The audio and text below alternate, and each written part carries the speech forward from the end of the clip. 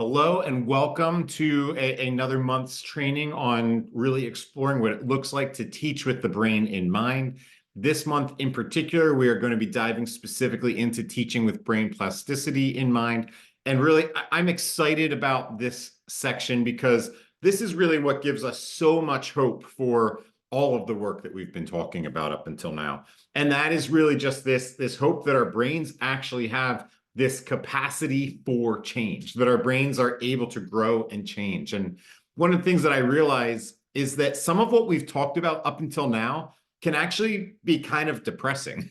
When we recognize the vast impact that trauma can have on the brain, when we realize the impact that somebody's setting and family and community and experiences can all have on the brain and how you respond to people, how you learn, how you connect with others, how you behave. When we begin to realize that, it's almost depressing because we're beginning to understand that it's not about a child making a decision in the moment, but it's literally about the neural networks in their brain that have occurred that are really, really firm connections in their brain that are causing them to behave in ways that likely don't align with some of the expectations that we have.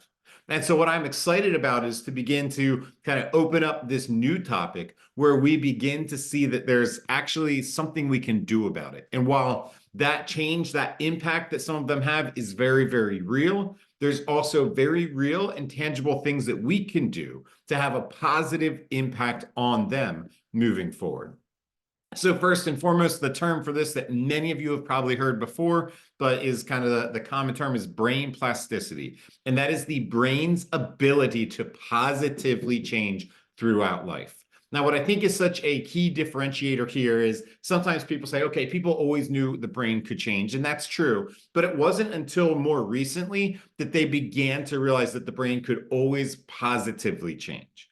The belief was that after a certain point, and really that point was probably in about your 20s, your brain would kind of reach its peak, and then the only changes it could make henceforth was decline.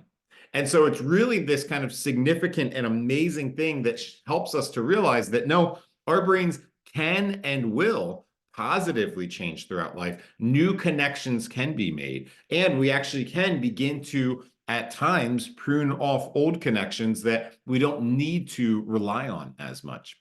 See, that's, I believe, one of the most prevalent things here is that the connections that our brains have made, it's made those connections for very real reasons. The brain responds and reacts to different things because of actual danger that the child or the human was in, and or at least the perception of actual danger that they were in at some point in time. And so the brain is amazing. It said, hey, in case we ever encounter this again, I'm going to make sure that we can survive this. But because of that, that change that it makes to survive that severe situation is maladaptive when it is applied to other situations in life. And so this is telling us, okay, our brain can actually say, okay, let's create some new pathways that help us to be able to really see things differently. Let's create some new pathways that can really help us to be able to conduct ourselves a bit more effectively and positively in different environments and situations that we might ultimately be finding ourselves in. So once again, my hope is that throughout the course of this session that you can all find a lot of hope in all of that, and that you can also feel very well equipped with what some of the things that you might be able to do to help to promote positive brain change in the children that you have the opportunity to work with.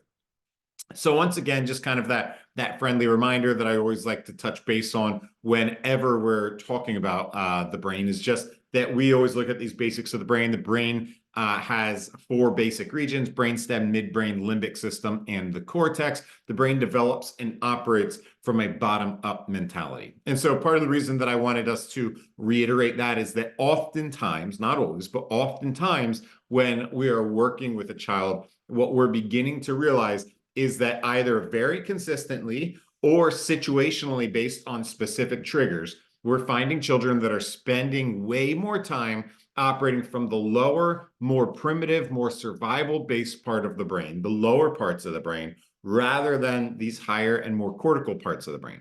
And the older a child gets, the more and more the gap there you begin to see. See, what happens often is a child might experience some type of trauma or neglect early in life, first couple of years of life.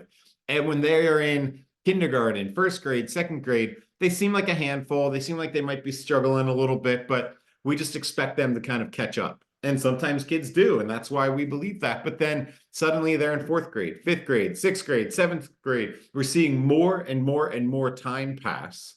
And suddenly they still have perhaps the emotional regulation of a 2 or 3-year-old. They still have the impulse control of a toddler. And all of a sudden, we are seeing that gap bigger and bigger. And now they're so far behind. And it's so frustrating and challenging to figure out what to do about it. And so our hope is that regardless of what age you're working with, we can begin to use some of the information from previous ones of these sessions to identify where a child might be at, and then really kind of hone in on some of the previous information as well as some of the ideas that we're really going to be exploring today to help us to really identify a bit more about what some of those things are that can really help us to support a child and help to promote some positive brain change.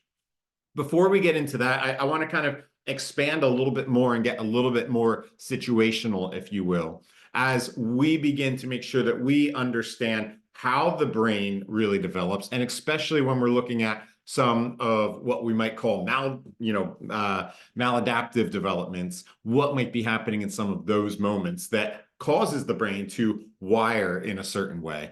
And once again, I think it's important too that we understand as we explore the wiring of the brain, that we realize that that is indeed about a neural wiring setup. It is not about a choice that that child is making in the moment, but it's literally about how their brain is wired. So some of you have likely heard this phrase before. It's kind of a catchy little phrase, but it's super important in terms of understanding the basics of how we learn things. And that is that neurons that fire together wire together. And so when you were born, you had 86 billion with a B, billion neurons in your brain.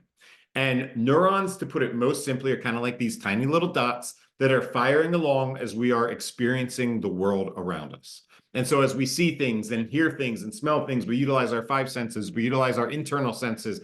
While all that's happening, we have neurons firing off with those kind of things that we're seeing and hearing around us. And then we also have neurons that, once again, are internally firing off with our emotions about those things that are tied in with that. And those things, when they fire, when multiple neurons fire off at the exact same time, they wire together to create a memory, to create an understanding of that situation.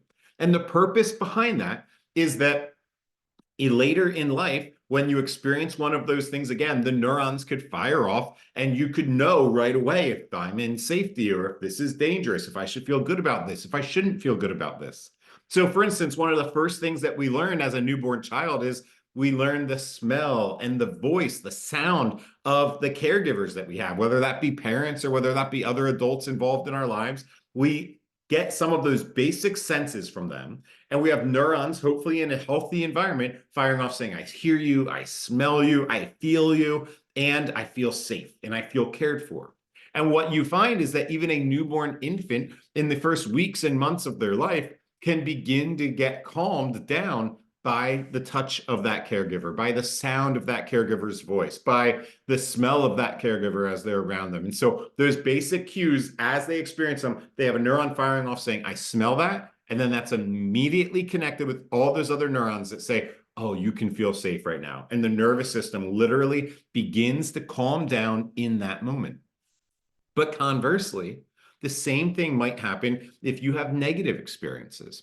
So for instance, if at a young age, and I know some individuals who have experienced something like this, if at a very young age you were in a car accident, you have neurons firing saying, okay, I know what it's like to be in a car. Maybe I know where I was. Maybe I know kind of the environment. Maybe there was some weather outside. So you had all those neurons that are firing off.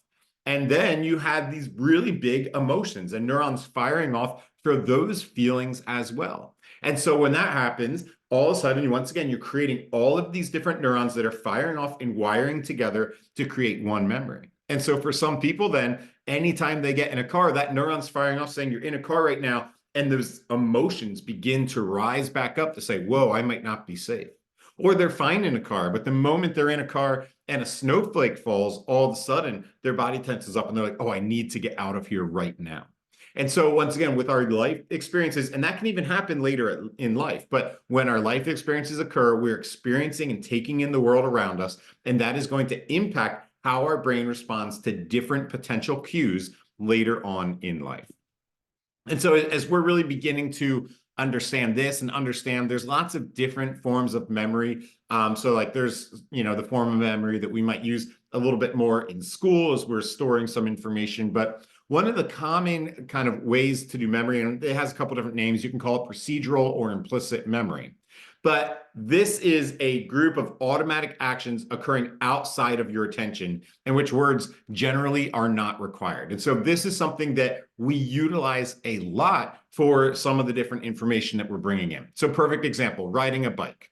You do not sit a child down and say, okay, here's what you do to ride a bike. You sit on it, put your hands here, you put your feet here, you just pedal, and then the child automatically knows how to do it. You can obviously talk them through it, and they're going to see it done, and some of that can be mirrored nicely, and they can learn from it that way. But the truth is, the only real way to learn how to ride a bike is to get on and try. And literally what happens, and sometimes there's different tools, you can utilize training wheels, you can utilize balance bikes. My kids did balance bikes and that helped them. But literally what you're doing is you're beginning to get those neurons firing. So for my child on a balance bike, they got on a bike and they understood, okay, here's where my hands go. This is how my body is situated. And this is how I balance. And so they had neurons firing for all of that. They had a huge safety net of no pedals in the way. They're not going too fast. They could lean to either side to catch themselves.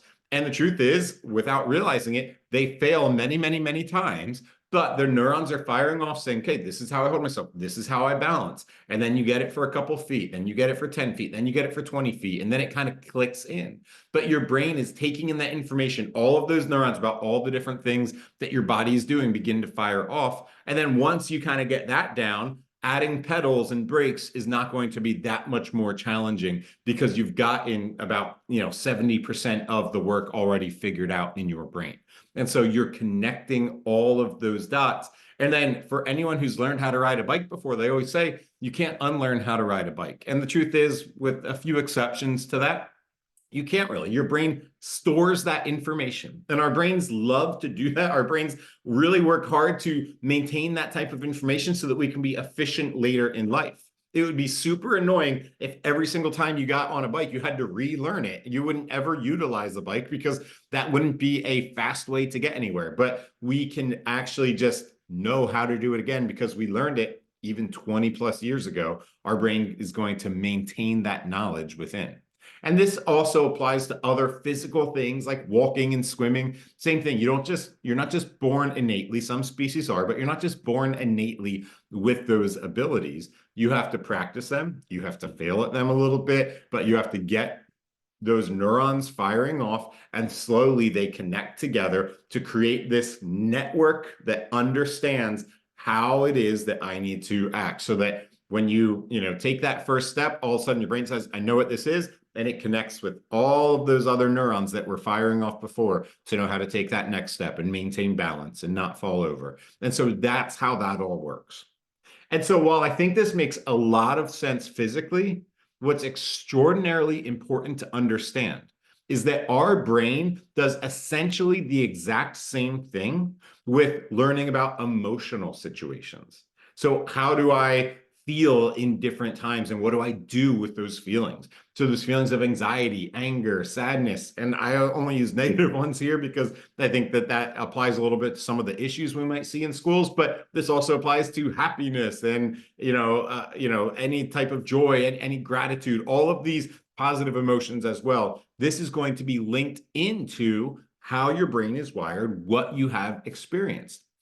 And what's so fascinating, once again, about this is that your brain is going to kind of figure things out. And what's harder about emotions is that there's no one way to do it, right? There's essentially, though you can, have a couple different tools, once again, there's one way to ride a bike. At the end of the day, there's only one final result there. There's one really, appropriate way to walk. There's maybe a couple different ways to swim, but they're all going to be fairly effective at the end of the day. But there's a lot of different ways to handle emotions. And so suddenly here, it's not only about how long is it going to take you to develop that skill, but who is your teacher? And by teacher in this scenario, I'm probably more talking about who are the adults that you're spending the most time with in those earliest, most formative years of your life, which might be your parents, might be some other caregiver, might be, preschool teachers even, but it's going to be who is really modeling to you, what do I do with these different emotional responses? And so one of the things that we've seen a lot is that when you have some of these more negative emotions, when you're feeling anxious, when you're feeling angry, when you're feeling sad, when you're feeling scared or nervous or depressed, a lot of times what people are doing with that is, unfortunately, they are having really big negative responses. They might be immediate to tears, they might be immediate to yelling, they might be immediate to cursing. Things might get physical very, very quickly. And so what's so important to know is that when an adult in a child's life is doing that, even if it's not directed towards the child, I want to be clear, we're not talking about this having to be, though it sometimes is, but we're not talking about this having to be any type of abusive scenario that the child is directly involved in. But if they see, an adult get mad and they punch holes in the wall, they see an adult get mad and they're yelling and screaming. If they see things like that occurring, their brain has neurons firing off saying, I see the emotion. Even if they don't have a name for it, they see the emotion and then they see the response that's associated with that.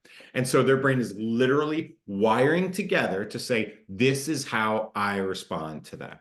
And unfortunately, what often happens is that they are going to have a response that might work, might somehow be more or less appropriate in their community or in their home because that's how people act there, but is not at all appropriate or acceptable in a traditional academic setting.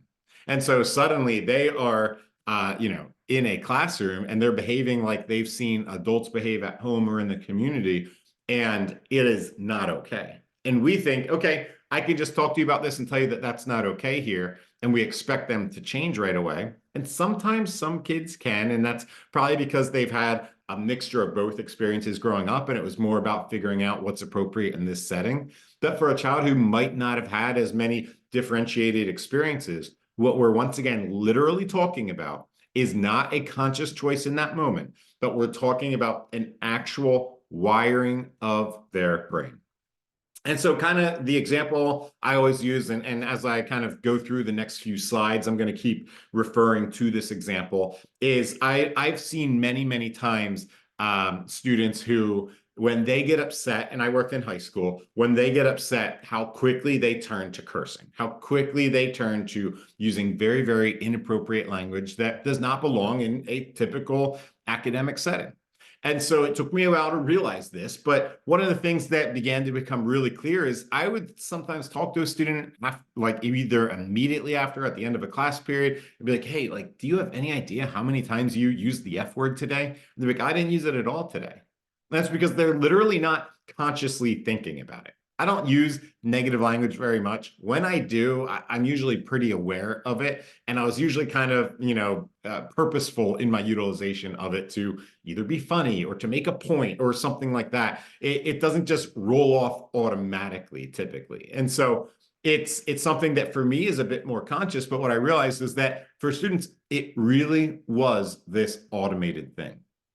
And so when I'm asking them and saying, hey, it's not appropriate to utilize that language here, once again, some students are like, okay, my bad, and I can do better, and they really can. But for others, depending on, once again, how their brain is wired, this can actually be a very, very, very long and challenging process to begin to actually change the pathways in their brain to prevent them from speaking that way. And so the example that I always like to use is kind of thinking of the pathways in your brain like a superhighway. The fastest way to get anywhere, assuming there's not traffic, is to take a highway somewhere. That's what we want to do, right? Highways are typically going to be the most direct. They have the most lanes. They have the highest speed limit. The fastest way to get somewhere, assuming there's not traffic, is going to always, always, always be to hop on the highway. And so our brains typically are going to do that. So for instance, if a child has that one neuron firing off saying, oh, I feel anxious right now, and then all the other neurons are connected with that, say, okay, here's what you do with that anxiety. You say F this, or I hate this, or you have some big kind of negative response to it and use inappropriate language in doing it. That is like that brain hopping on a superhighway and just going. And so it just gets on that highway and without thought, automatically you're doing those next couple things that you have seen happen many, many times before and is an automated response in your brain. And so once again, me saying to a student, hey, like, can you try to do a little bit more work? Or why'd you do that wrong? Or I need you to stop talking. And whatever the response, whatever the thing is that I'm asking them to do, their response is to really quickly have that emotional response and to use inappropriate language. They are immediately getting on this highway and their brain says, okay, I know what to do with this feeling. And this is what I do. And then I say, no. Like, it's not appropriate to talk that way. Essentially, I'm saying, I need you to take a different path. And their brain's like, okay, yeah, sure, I'll do my best. But this is the path their brain wants to take. And this is the path I'm asking them to take.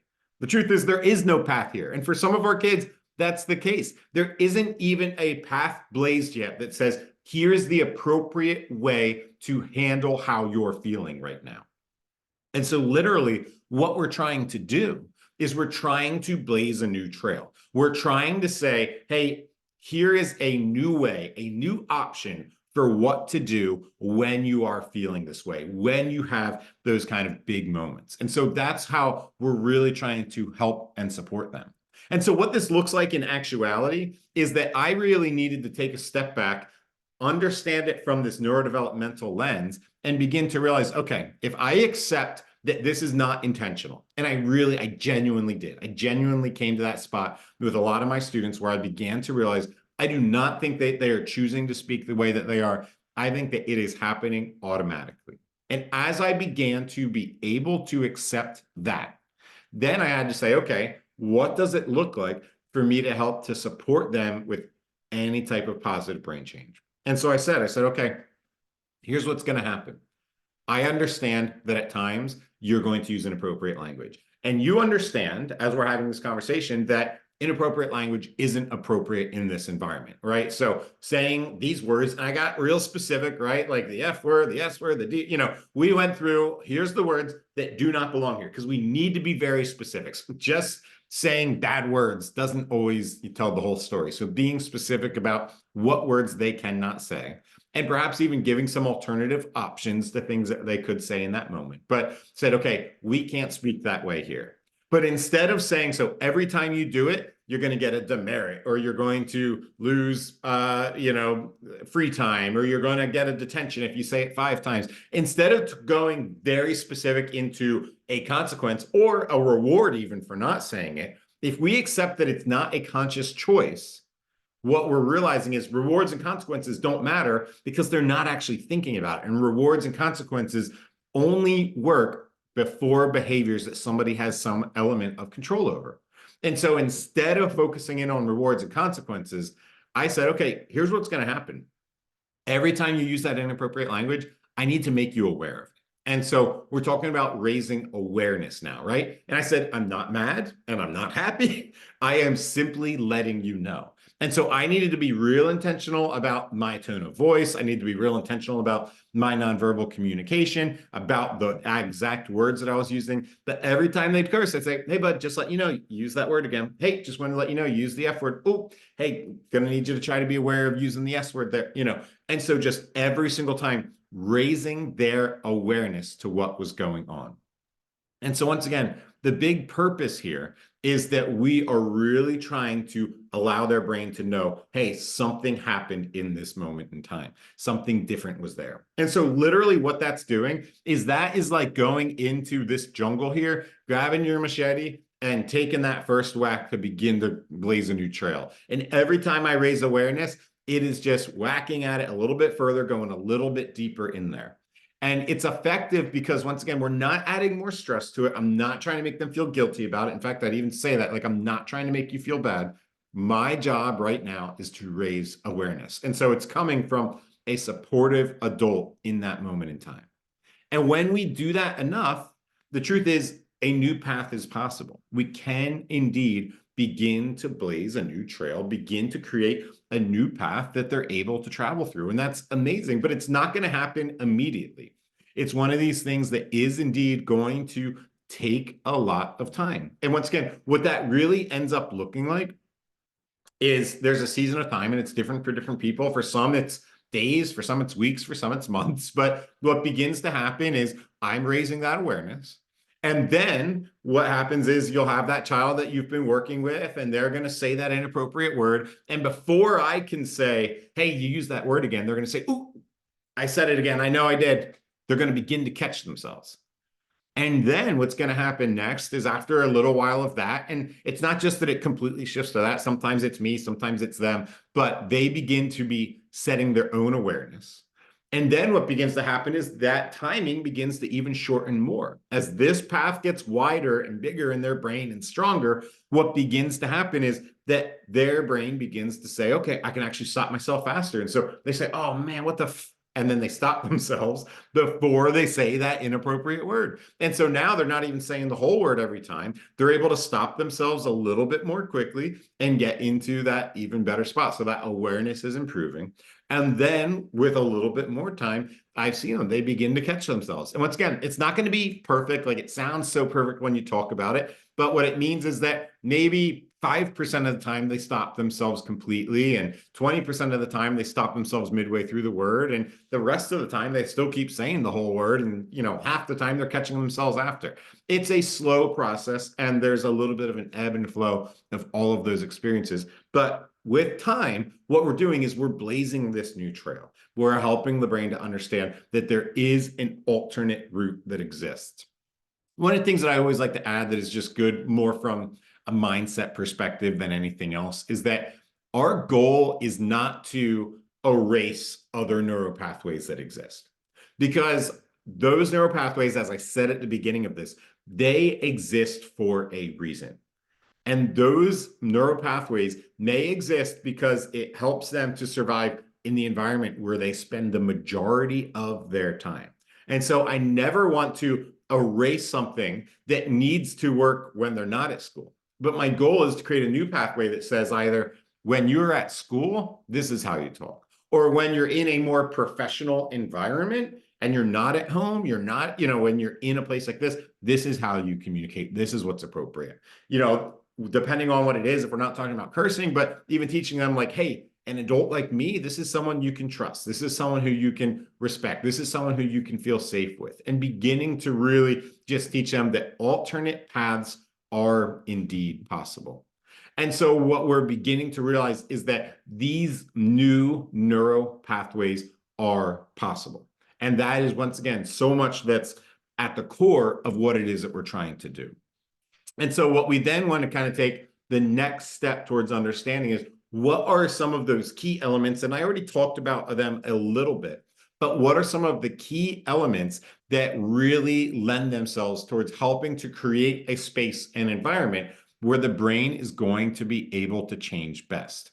And one of the most key things that I'm going to be spending the majority of the remainder of our time on is really recognizing that our brains change best in a supportive environment. And so if somebody feels safe and supported, that is what is going to put them in a spot where they can be in the best spot possible to be able to have the positive changes that they're looking for. So one of the things I think is so key as we begin to really think about that supportive environment and the reality that we are in relationship with every single student who's around us. I really like this quote from Bruce Perry where he says about relationships, he says, fire can warm or consume. Water can quench or drown. Wind can caress or cut. And so it is with human relationships. We can both create and destroy, nurture and terrorize, traumatize and heal each other.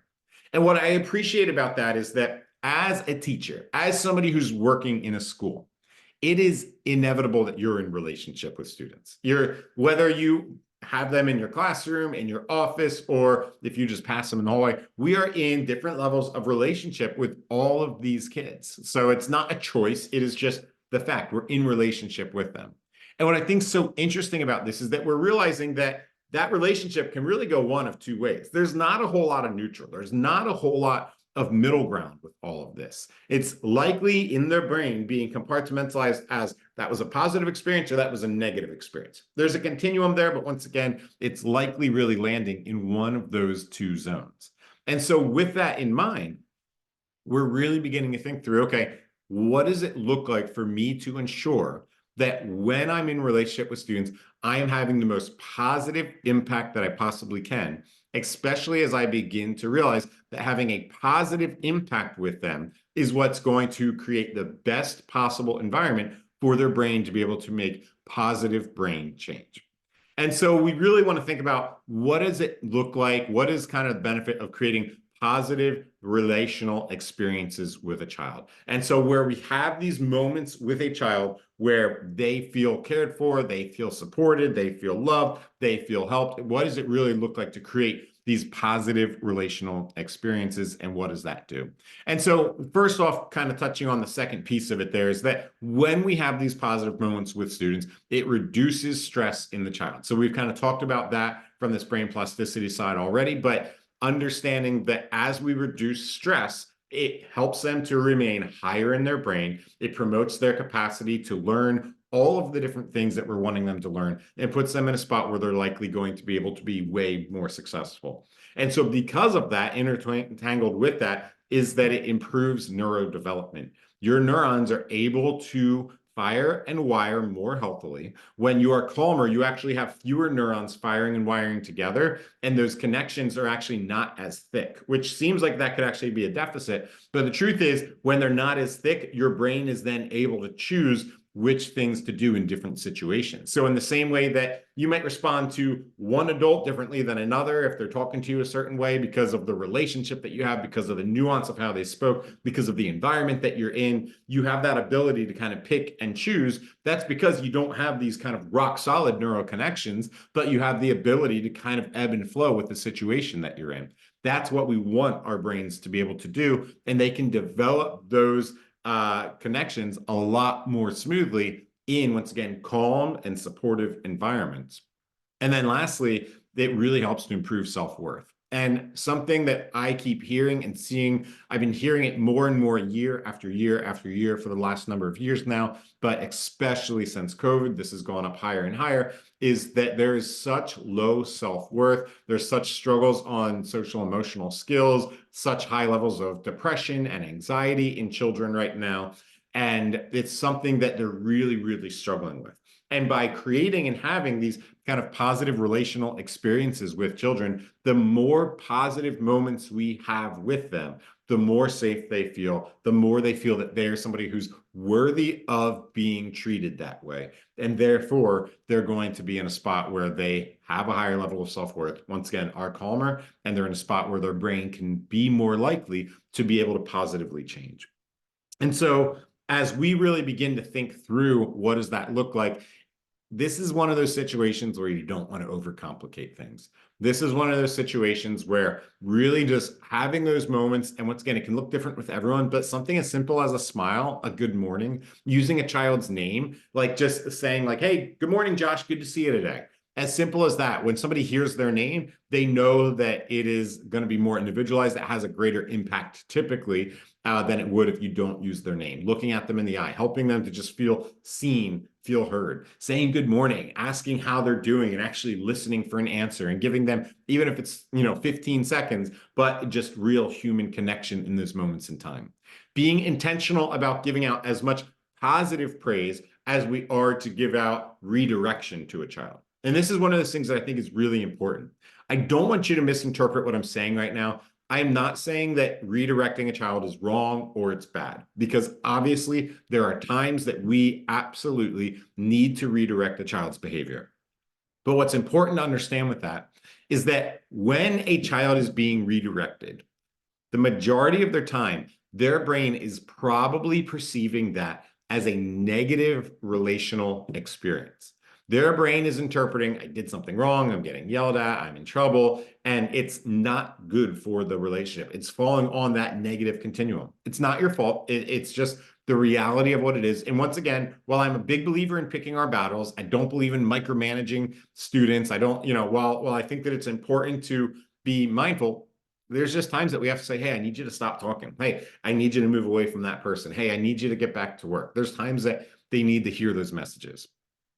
But one of the things that I've seen again and again and again is that a lot of times those students who we end up redirecting a lot throughout the course of the day, they get 20, 30, 40, 50 redirections. We spend so much time redirecting them that we're never complimenting them. or that they're rarely getting compliments. And they might be getting, once again, as many as 50 redirections and maybe 4 or 5 compliments. And those two things really aren't leveled out at all. And so being very intentional about any positive thing you can say, whether it's that you're catching them doing something great and you're saying, hey, great job getting to work, I'm so proud of you, or thanks for sitting quietly for a minute, or whatever. Trying to identify those things is really advantageous, but also any positive interaction, anything that they can perceive just as a compliment is something that's going to be helpful for them. And so even just being really mindful about saying like, hey, I love that shirt. Hey, your hair looks really nice today. I love your shoes. Any little thing like that, having those moments where it is undeniably positive between the two of you. One of the things that I've done with a lot of groups that I've worked with before is that I'll ask them, I'll say, okay, I want you to pick a child who you are really struggling with right now. The child like I described a moment ago, where you are just giving them many, many, many redirections throughout the course of the day. And I said, what I want you to do is still redirect them, still do what you need to do. Obviously, once again, pick your battles, but over the next week, so the next 5 school days, I want you to be very intentional about saying 10 positive things a day to that child. I was like, I don't care if you need to keep a little post-it, do whatever, I want you to be really intentional about saying 10 positive things per day. So at the end of those 5 days, they are going to have heard 50 positive things from you. And so then typically when I do that, I have the opportunity to come back, and a week later, I'm chatting with them. And I'm like, what was that experience like? And it is so interesting and telling. And I'm not going to lie, there's been, unfortunately, quite a few people that are like, couldn't do it. It's impossible. I couldn't come up with that many nice things to say to somebody. And, that's unfortunate. I think it's really telling about where somebody's at and how challenging this job is. So I want to definitely, understand that, but it also is a bit of a helpless spot to be in. But conversely, I can't tell you how many people came to me and said, like, that changed my relationship with this child. That completely altered how this child behaved.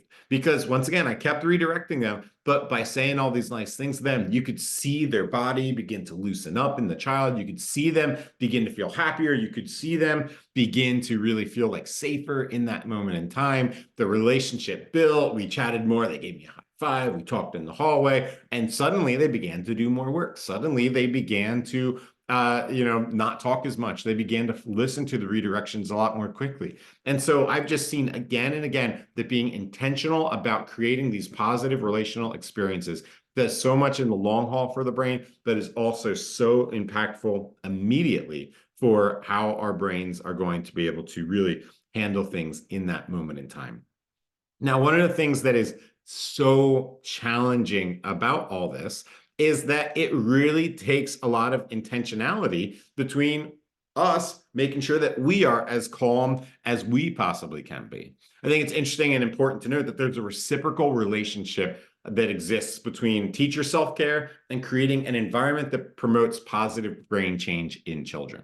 What's so important for us to understand is that our ability to create an environment that is positive and supports positive brain change in children actually begins with us being super intentional about taking care of ourselves, us being super intentional about making sure that we are as calm and regulated as we possibly can be as we're working to support our students. Now, this is not just happy thoughts and good feelings. There's actually a lot of science that goes in behind this.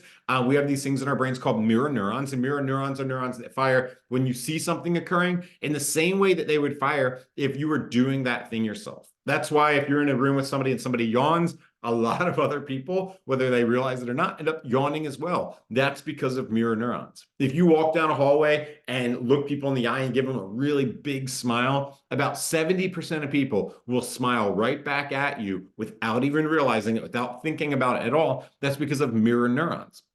And similarly, if you are in front of a group of children and you are cool, calm, and collected, they are likely to become regulated. They're likely to become calmer as well because of mirror neurons. What's fascinating is that humans, being relational creatures, we want to be in relationship with others, and we look to others to decipher, am I safe right now or am I not? one of the great things about a classroom is that the oldest person in the room is you. And what's so great is that as, once again, relational creatures, we are more likely, unless we've had very, very, very negative experiences, we're more likely to look at the oldest person and allow them to be the barometer for how are things right now? Are things safe right now? Are things calm right now? And so you have the opportunity to be the barometer for your students. And so they will look to you. And if you seem calm, even if they are experiencing internal chaos, or if there is a little bit of like chaos occurring at the building or even in your classroom, but you look calm and you look like you've got it together, other students will look at you and their brains will say, okay, they're calm. I guess I can be calm too. Whereas conversely, if you are kind of getting frazzled and frantic and upset and angry and disoriented, then all the students look at you and they're like, oh, they're not in charge right now. And then their brains begin to say, okay, I must not be safe. And so they have neurons that will fire off saying, okay, things must not be good. And so they're not going to be in as good a spot in that moment as we want them to be either. And so we're realizing that by mirroring what's happening, we can really set the tone for, once again, having an environment that's positive and can promote positive brain change, or have an environment that's negative where a lot of positive brain change is not really going to be able to occur. And so with that said, one of the single greatest things that we can do to help to create that environment, to help to put our students in a situation where they can be calm, is to take care of ourselves first, is to make sure that we are regulated. And if we are regulated and calm, that is going to have a direct and very, very positive impact on our students, and really setting them up to be, once again, in the best spot that they possibly can be in, to really be able to, once again, accomplish the things that we're wanting them to be able to accomplish. And so our big goal here is just that realization that positivity really is a big solution in all of this. And I really like to kind of hone in on that. I find that because I work in this world of trauma, I spend a lot of time talking about the doom and gloom. I spend a lot of time talking about all the negative things that kids can experience and all the negative ways that their brains can be impacted by their life experiences. And I just want to be really intentional right now about saying that positivity is a big part of this, and positivity really is a big piece of the solution. And so first and foremost, as a teacher, being intentional about being positive, being intentional about having a positive attitude, and about identifying positive elements within students is super helpful. So first off, it actually allows us to begin to see the students through a different light. And once again, with that experiment that I ask folks to do, and I would encourage you to do as well, is that they would come back and be like, okay, you know what? I began to realize that this student isn't all bad. You know, sometimes I'll sit down, you know, if I'm working with a teacher around a specific student that they're struggling with. And one of the first questions I like to ask is, what are the strengths of that student? What do they do well? What are they awesome at? What do you enjoy about them? And once again, sometimes it takes a minute to kind of sit back and think, because we're spending all of our time focused in on what they need to do better and what they need to change. But that willingness and capacity to slow it down and say, what are they already doing well, is really, really valuable. And so thinking through that is one of those first steps that I really appreciate. What's also important to realize is, you know, that when we are positive, when we're saying positive things, it actually releases calming chemicals within our own brain. This isn't a talk on teacher self-care. Obviously, I touched on that. But one of the things that we talk about when we do our presentations on self-care and understanding all of that is that realization that going out and doing something kind, whether it's for your student, whether it's for a friend, but going out and doing something that's kind and positive towards somebody else actually allows you to have pretty positive dopamine hit, which helps to actually put you in a better spot. And so saying positive things about the student actually is a positive thing for you. Or once again, it doesn't even have to be about the student, especially if you're somebody who might be an administrator. Being intentional about saying positive things to your staff, to parents that are coming in, being intentional about doing that is something that actually can put you in a much, much better place. You know, even as a leader, One of the things that I've done, if I'm just like struggling in a moment, whether it's like I'm creating a presentation or even working through like a challenging email where I'm trying to write something up, or a challenging report where I'm trying to, explain something, or have a hard conversation with somebody, and I'm just feeling stuck. Sometimes what I'll do is I'll just say, okay, let me pick somebody on my team and just send them an email and let them know how much I appreciate them. It takes 5 minutes. But for one, my thinking about that gives me gratitude, gives me that dopamine hit, puts me in a much more positive spot, calms me down. It's this amazing self-regulatory thing that allows me to then enter back into that more challenging task and do it more effectively. But it also then has a positive impact on that person that I just sent an email to, and it puts them in a better spot as well. And so really doing that just has such a kind of amazing effect on one another, and it's something that's really valuable to consider spending time with. And then all of this is obviously linked, but increases your likelihood to have to see positive student behavior, to feel better about the behaviors that you're watching a child exhibit. So there's just a lot of to put it simply, positivity that gets spread around. And then from the student perspective, so once again, assuming that we're kind of sharing some positive things with students, it allows them to feel seen and cared for by a teacher. I worked in alternative education for a number of years, so I was working with students that were asked to leave their traditional school setting. I was working with students that, were getting in trouble a lot in school most often. And I can't tell you how many times students came to me and just said, my teachers didn't know me, my teachers hated me, they didn't care about me. And the truth is, working in education, and I've had the opportunity now to be in countless schools, work with countless educators. People don't get into this line of work because they hate kids. Nobody gets into this line of work because they don't like children. They don't want to be around kids. Like, everyone who's in this line of work, you have a heart for kids. You have a passion for them. You want to be where you're at. So I know that that's not true. I can't imagine that I've really run into that many kids that found teachers that hate them, even though I can't find teachers that hate kids. But because of the interactions that they've had, their experience, their reality is that they're hated.